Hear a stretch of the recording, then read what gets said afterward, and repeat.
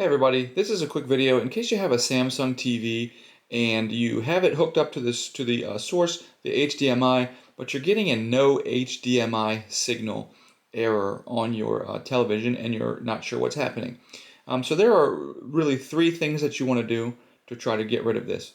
The first one is a little bit obvious. It's just, check your connections and make sure everything is plugged in snugly. There's nothing dirty or anything like that or any corrosion on any cables that would be preventing you from getting a good contact.